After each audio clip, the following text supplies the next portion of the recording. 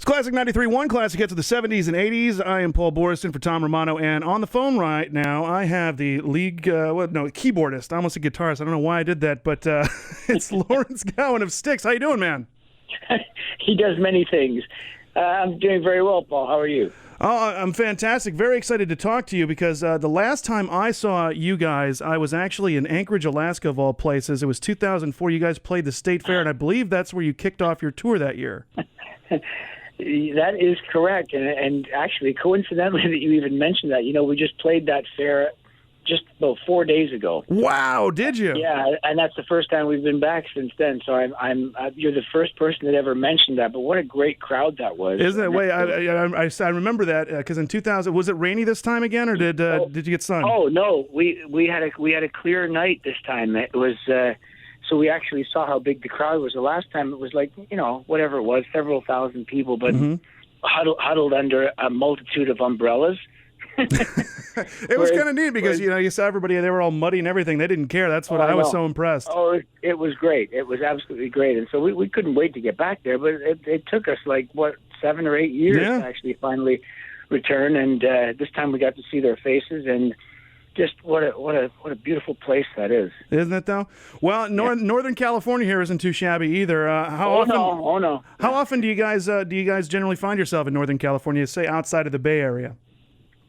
We try to get there, about once a year because Styx play usually over 100 shows a year has been our pace for the last 13 years, and so that goes around the world. So I mean, we're always trying to include as many parts of as many states as we can in the U.S. Every single year, and we play. I'd say we play more in the southern part of California, but whenever we get up to the Sacramento or San Jose or San Francisco and that area, we absolutely love it. It's best to be there in the summertime. Absolutely. And September 6th will be great to be back in the area. Yeah, and the weather looks like it's going to be pretty nice as well. Now, you've been a part of Styx since, I believe, 1999. So, 13 years now? Right. Yes. Actually, I'm in my 14th year. 14th year, okay. Yes. So we've played over 1,500 shows. Wow, that is amazing. Yeah. So do people still call you the new guy, or what? How does that work? I still call me the new guy. I can imagine. Well, you've got 2 albums that you've recorded, with them. Yeah. There was I know Big Bang Theory in 2005. What was the one in 2003 again?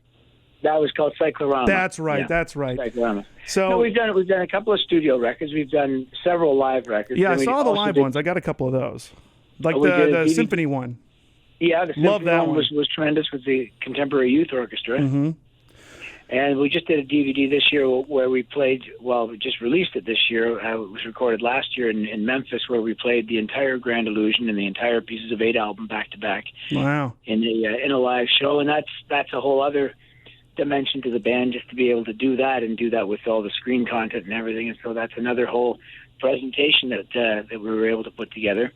And we've done a couple of live records. So just about every year we've released something since I've been in the band. And it's funny because when a band like Styx has survived for over 4 decades, there are new fans that have come along, and in fact, half the audience now that we play to are under 30 years of age. Some nights that even goes higher. I mean, I'd say that they're sometimes as high as 60 or 70% of the audience. So they've discovered classic rock. They've discovered Styx on their own, long after the records were even released. And so it's funny when a band has had several different lineups over the decades, which one people embrace most. And I always look at it like, well, they've really embraced them all because that's what it took to bring the band to this point. Absolutely. On that note, when you're talking about, a younger generation of fans, I remember right around when you joined the band, actually, it was, I think, 1999, a movie called Big Daddy came out with Adam Sandler, and the Styx was all over that movie. That was his favorite. It was his favorite band, and it was. I remember right around then is when a lot of my friends started rediscovering Styx at that point, because like you said, that's when you joined the band. There was still the turmoil and everything going on with Dennis and Tommy for however many time. I assume that every single person that talks to you guys asks about that dynamic. Is it still uncomfortable, or how do you handle those questions without kind of getting irritated? Well, not for me. I mean, as I said, it's inevitable. I see that any band that's been around as long as Styx, there's bound to be some serious backstage drama going on, and Styx is no exception to that. And I mean, it's like, however, I came in after that at all. Obviously. Well, it had been resolved to the point of where they knew they couldn't go on any further. So what's difficult about it is it's a bit like talking about someone else's divorce. Oh, yeah. You're a little uncomfortable with that, especially since, life goes on and both entities have prospered and continue to go on and be involved in music.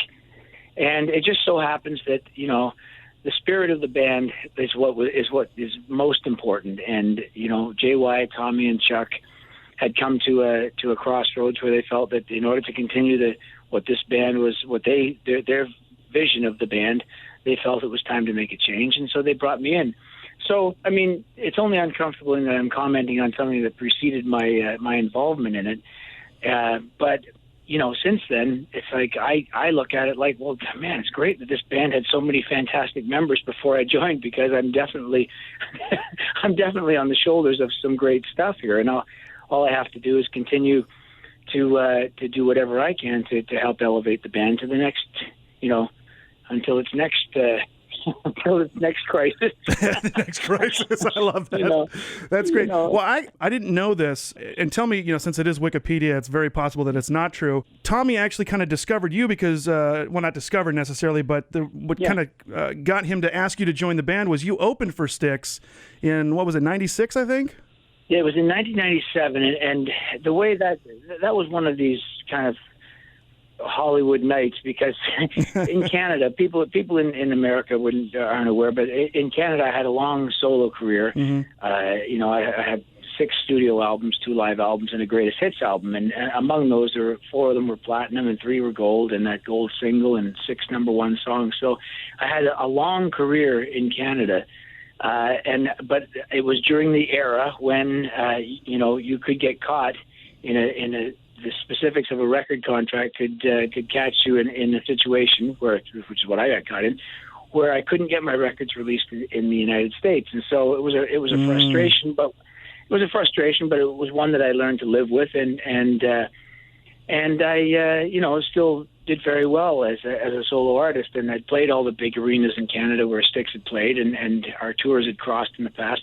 And what happened actually was that the promoter on that night, Paul, was he had both our shows in Montreal that night. So he had Styx at the brand new Montreal Forum, which is like the giant arena where the hockey team plays. Yeah.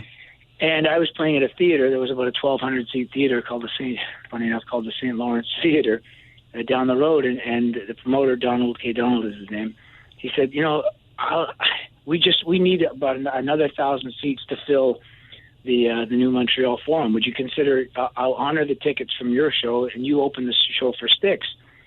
And what was curious, that's how it happened. And what was really curious was that even my manager then and people I was touring with were like, no, you're not going to open for somebody in Canada. This is this is your market. Right. But I thought, no, first of all, I kind of want to see Styx, and I want to play the big arena again, So I played the show, and it was one of these nights, this is where the Hollywood part comes in. It was one of these nights where, the audience knew my songs quite well, and they were singing along, and I got there were several encores called for, and every time I went up for another encore, another member of Styx was standing side stage. And when I came off, I thought, oh, these guys are going to be pissed off at me. But when I came off, Tommy shook my hand and he said, hey, man, we really enjoyed that, and I hope we get to work together again in the future. And and 2 years later, I guess I think at the time he was obviously thinking that I would get a chance to open for them again. But 2 years later, when they hit the ultimate deciding point, I was the name that came to mind when they thought, well, who can play keyboards and sing, and who do we think would fit into the band? And mine was the name that came up. And a decade and a half later, and you're still doing it. That's incredible. Yeah. That's very cool. Now I'm trying to remember from the concert that I saw up in well, I guess it would be Palmer, Alaska, technically, where the state fair is. But do you still have that twirling keyboard? I do. I do have the twirling keyboard. Does it make a... Actually, you know what? I'll tell you. I'll give you a brief little history of that. Because we've opened up the can of worms about my career in Canada. Might as well, yeah. I'll open that up. In 1990, I was managed by the same people that managed Rush, and Alex Lifeson played on one of my albums, and we were doing a video together. So if people want to YouTube it or whatever. The song was called "Lost Brotherhood," and in that song, that was 1990. And in that song, we knew in the video Alex is going to do this big part where he steps out of this burning barn and blasts this incredible solo. As only he can. And I thought, God damn, I'm the keyboard player. I've got to do the boring part of being stuck behind the piano.